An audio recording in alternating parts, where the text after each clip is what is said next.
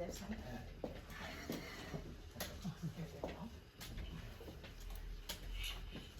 Hey everyone, I'm Kyle Christensen. Thank you for having me. I'm a two-time brain injury survivor. My first one came coming off of a paint horse behind the barn. It was a mild one. Second one came in a car accident that was also the one I partially tore my spine in, and that caused a lot of problems. I also broke my pelvis, broke an arm, broke ribs both sides, tore ACL, meniscus, and hamstring. Had 4 back surgeries, 1 arm surgery, 1 6.5-hour long knee surgery, and and 7 years of physical therapy. I really should have been done in 5.5. I really was dragging my feet for 1.5 years too long on physical therapy. It really was. I really was trying to be back to which this brings me into how I really should have started off with this. Brings me into when I was asked to give this speech tonight. I was asked to address 2 major topics, and that's moving on to depression and moving on to depression. And moving on happens to be something I was dragging my feet on for a long time, and that happens to be what I'm getting into. And I was dragging my feet on moving on from the loss of flying and the loss of team repping and rodeoing. Team repping and rodeoing was a hobby I was having, and I was staying hopeful was gonna still be able to have that as a hobby. Flying, I was staying hopeful was still gonna be able to work up from being a private pilot to getting enough hours to get commercial, but those were becoming more pipe dreams the longer that the recovery was going, and they weren't necessarily being realistic dreams to be holding on to. Therefore, I started looking into motivation in writing, and for a while I went and did a business. I threw a business together. Me and my mom threw a business together. I'm no businessman, and I didn't want to be a businessman, and I don't claim to be a businessman. I was only doing that to really be trying to bring in some income in a short amount of time. When after the loss of my dad, when I lost my dad in 2022, that was kind of a sudden loss, and then when that went through, that was a real what to do. It was a real financial pinch. It was real, but some of the things that taught me on the fly to move on after a brain injury happened to be the loss of my dad. Well, I was having to really move on from things I wasn't moving on from. I was still holding on to those as the dreams for my career goals, and I wasn't moving on from those being my career goals until after the loss of my dad. So really, it wasn't until after the loss of my dad that really became a moving on part. The loss of horses throughout the years, loss of dogs throughout the years, loss of relationships throughout the years, lots of friendships throughout the years, lots of feelings, lots of feeling like don't have any family left. This happens to be a hard one for me and my mom to move on from. This happens to be really hard one around the holiday season for me and my mom, especially. This happens to be especially hard for me, especially since I'm now sober and don't drink, and now I'm a year and 5 months sobriety. And thank you guys. I appreciate that. That was a huge thing I was doing to deal with depression, and that was not helpful with depression. That was only making depression worse, because I was only waking up feeling worse about myself, and then waking up feeling embarrassed about what I did or what I said, or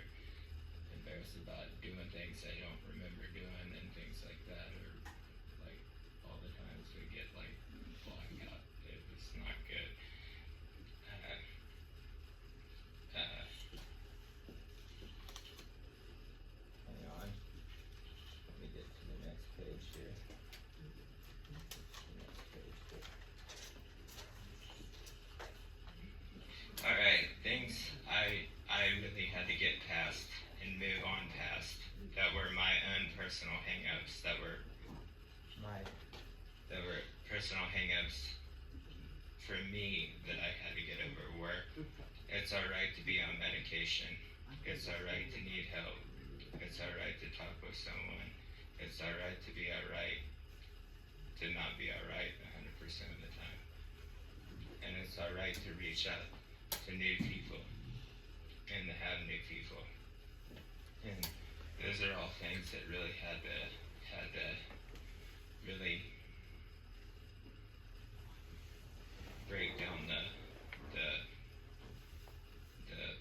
personal boundary wall I put up, because I felt like that those were hang-ups I had. I felt like for a long time I couldn't be on medication because it would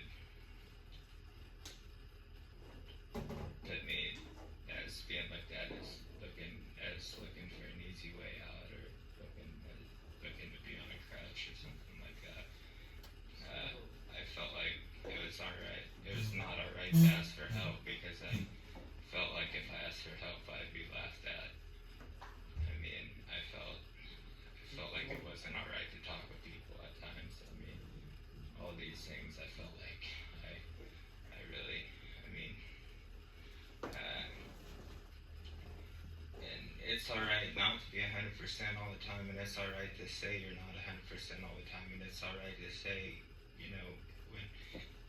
sometimes when I ask my mom how she's doing, when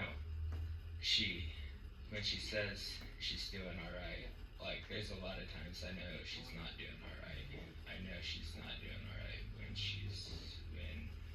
I ask her how she's doing. I know she's not doing alright. I know she's really struggling, and she really has a lot going on. And I know that there's a lot of times she knows when she asks me if I'm alright, that there's a lot of times where I say, yeah. When I'm not alright, when I'm putting on a front of being alright, or a front of being happy, or a front of being like normal. Yeah.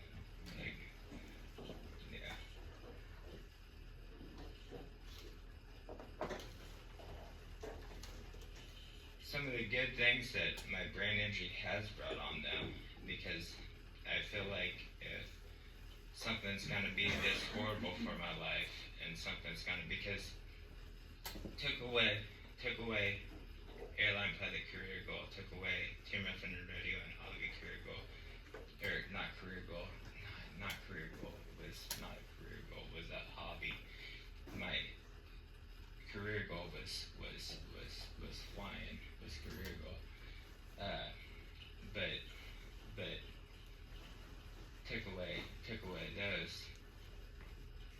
But with that being said, it did give me strength, and did give me a love for God that I didn't know I could have for God. An unconditional love for God. I truly love God with all my heart. Like I love God. Like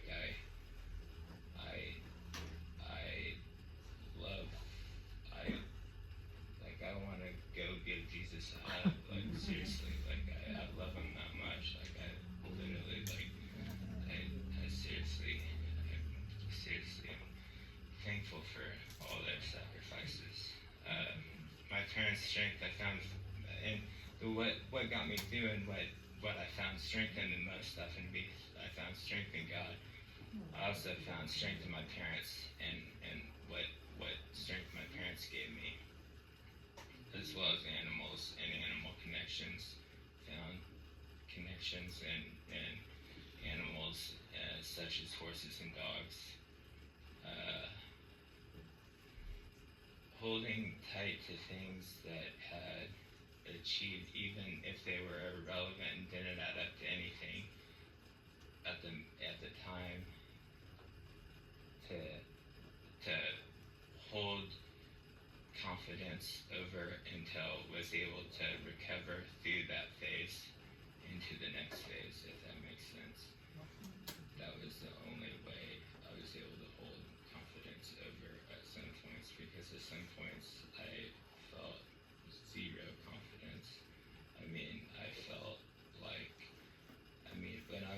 getting lifted out of bed. I couldn't get out of bed except for with a lift by people around the same age as me, and placed in a chair. And prior to that, my accident happened when I was 24, like a couple weeks after turning 24. I mean, shortly prior to that, the mornings consisted of taking my parents flying. The weekends, morning flights consisted of my parents taking them flying on the weekends, and then going riding horses that night or going in team roughing. And it was a real heartbreaker. It was a real heartbreaker. It was a real heartbreaker and then to feel that,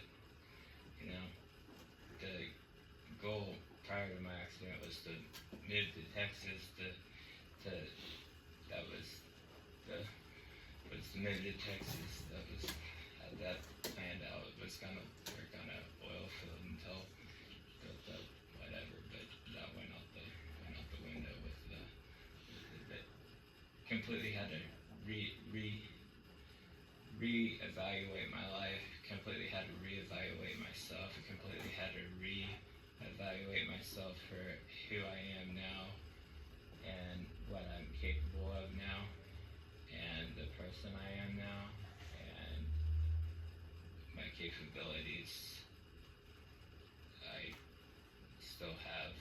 And I do want to thank God for the ability that He did not take my writing ability or ability to write, because that's been huge, and that's also been a huge factor in mental health as well. It's been writing.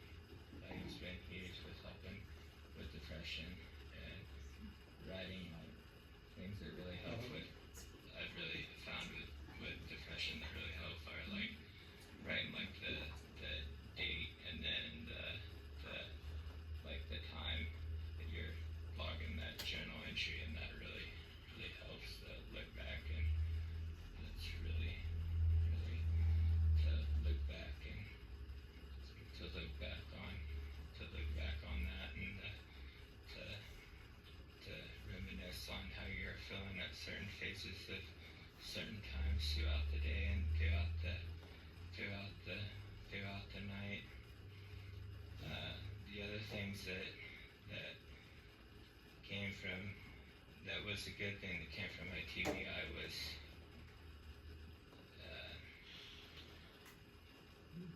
my good mother-son relationship came back. I mean, honestly, really, that was really on the rocks for a while, and that really came back, and really, I would really say, if I really had to feel that pain to have that normal mother-son relationship back again, I would, because that's, I mean, I know that sounds, and I really don't like to sound cheesy, and that really sounded cheesy, and I really don't, but that I really do care a lot about my mom, and also there's some more. This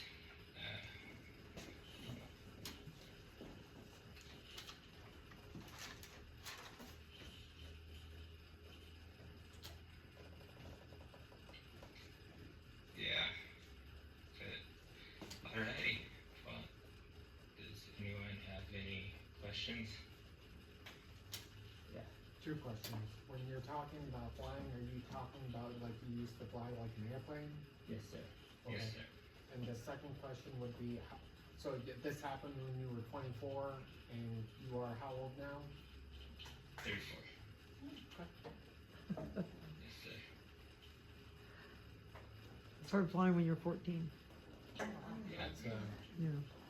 So were you living on your own when this happened? Or were you still at home? I was still home. Okay. I was still home. Yeah. Still home.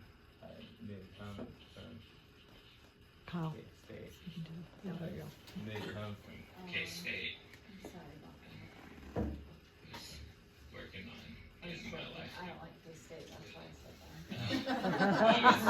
I was working on getting my life together. I was making a lot of really bonehead choices there, and I was working on getting my life and You're gonna have to be good for that.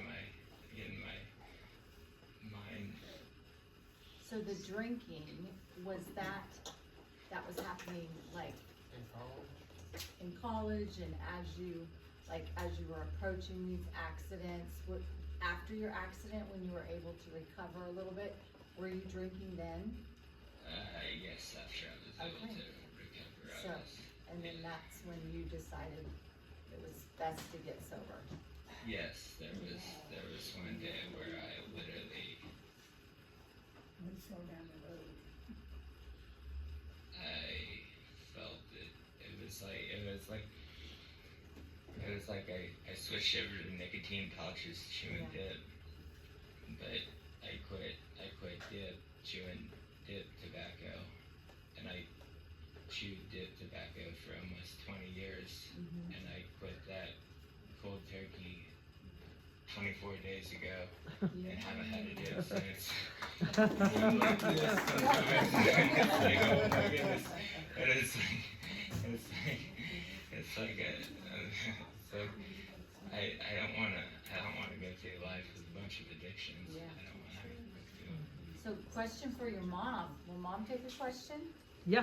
Okay, like, I'm just curious, you know, as a mother of someone who went through this, and you see your son struggling, and then you also see the addiction to alcohol, how did you do that? Like, what was your, You know, there were days that the only thing I could get out of my mouth, the only prayer was, God, hang on to us. To be honest, yeah, because I didn't know. I was out of, I don't know. I was rapidly running out of hope. I mean, to be real honest, I was losing him, and I knew it.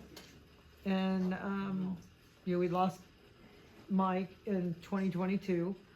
And so it was just he and I, and I did a lot of research over the years, but I felt like my feet were to the fire at this point.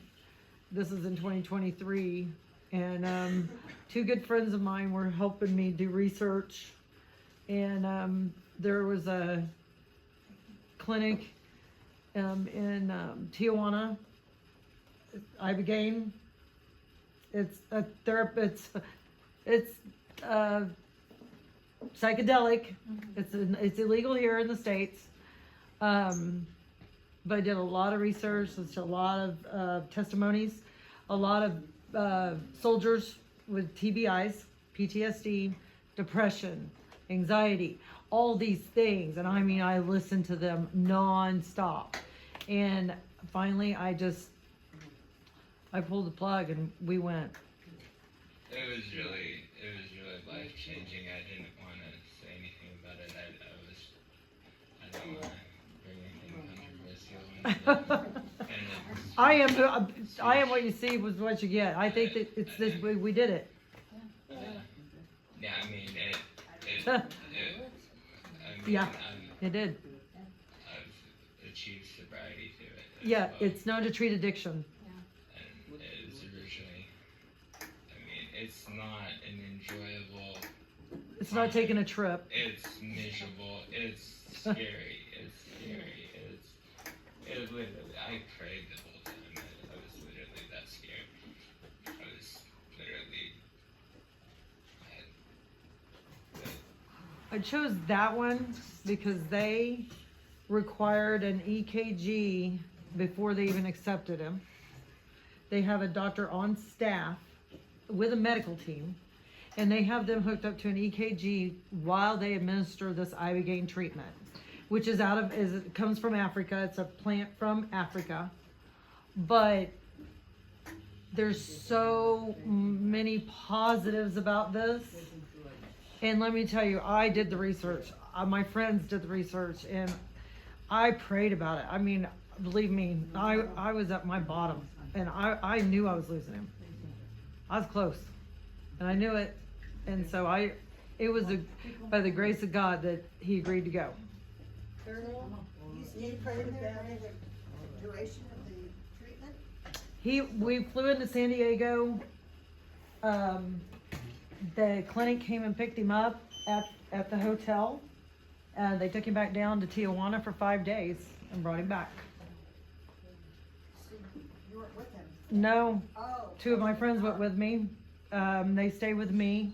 It was probably a good thing because I would have just wore a hole in the hotel floor. You know, I would have, and they knew it. They just kept me busy as they could, you know, to keep, it was hard. It was really, really hard, but I had a lot of research going into this. I admire you so much. Yeah. Thank you. And it was hard. Girl, you prayed about it, you were When- led, so don't When question it. is it in through your journey here that was God always there for you? Or did you have to dig down deep and really bring him out? Well, I always believed in God, but I really had to dig down deep to bring out the faith and to bring out the being close to God and the being faithful, because I always believed in God. The belief was always there, but the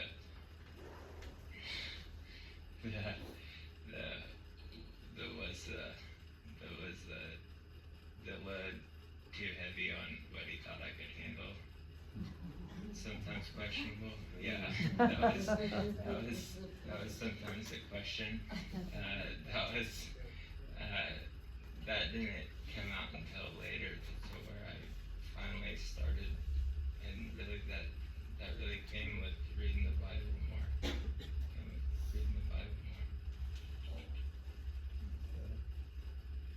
Kind of hard to let go, wasn't it? You have to learn to trust. Yeah. That's a hard one. It's really scary. It's- Blind faith. That's right, but y'all took the lead. Yeah. I'm so stinking proud of you. Yeah.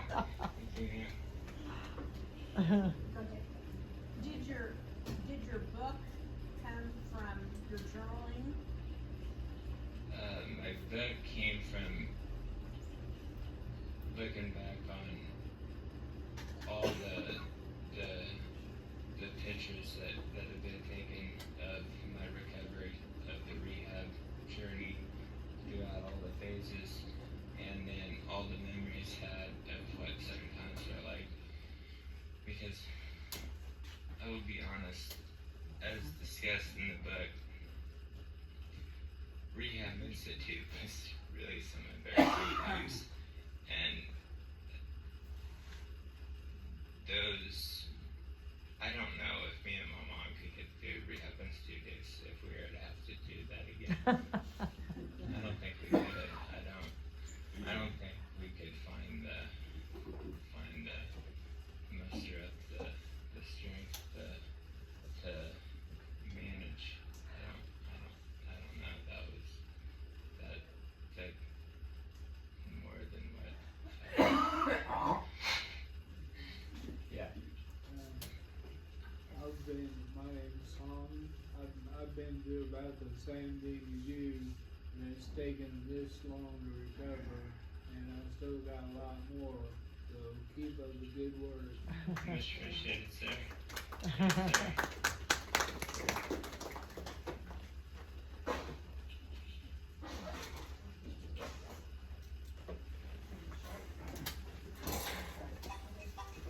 Thank you.